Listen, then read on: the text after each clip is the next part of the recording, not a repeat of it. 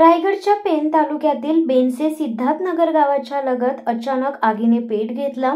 बघता बघता आगीने रौद्र रूप धारण केले। गावाला अग्नितांडवाने घेराव घातल्याने गावकरी भयभीत झाले।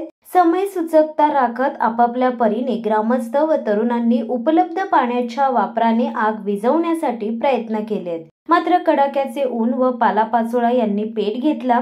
आग नियंत्रणाबाहेर गेल्याने तातडीने रिलायन्स कंपनीकडून अग्निशमन बंब बोलवण्यात आले। यावेळी आलेल्या फायर ब्रिगेडच्या सहाय्याने आगीवर नियंत्रण आणण्यात आले। या आगीच्या घटनेत ग्रामस्थ व फायर ब्रिगेडच्या मदतीने अनर्थ टळले। मात्र या आपत्तीत अनेक प्रश्न उभे राहिलेत। आग नेमकी कशामुळे लागली याचे कारण अस्पष्ट आहे।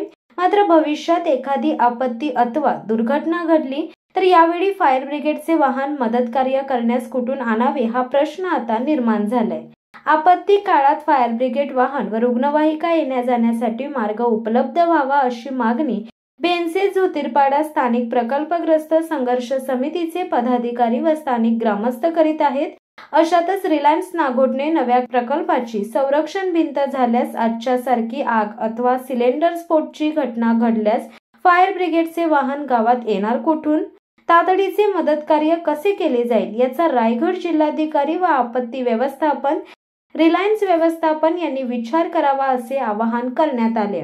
बेनसे बौद्धवाडी लगत संरक्षण भिंत उभारताना आपत्ती काळात मदत कार्य करणारे अग्निशमन बंब, रुग्णवाहिका, जाण्या येण्यासारखा मोठा रस्ता देण्यात यावा अशी जोरदार मागणी बेनसे सिद्धार्थनगर ग्रामस्थ व शेतकऱ्यांनी केली आहे। शिवसत्ता टाइम्स न्यूज ब्युरो पेण। दे धडक बेधडक वृत्त देणाऱ्या आपल्या शिवसत्ता टाइम्स न्यूज चॅनलला लाल बटन दाबून सबस्क्राईब करा आणि बेल आयकॉनला क्लिक करायला विसरू नका।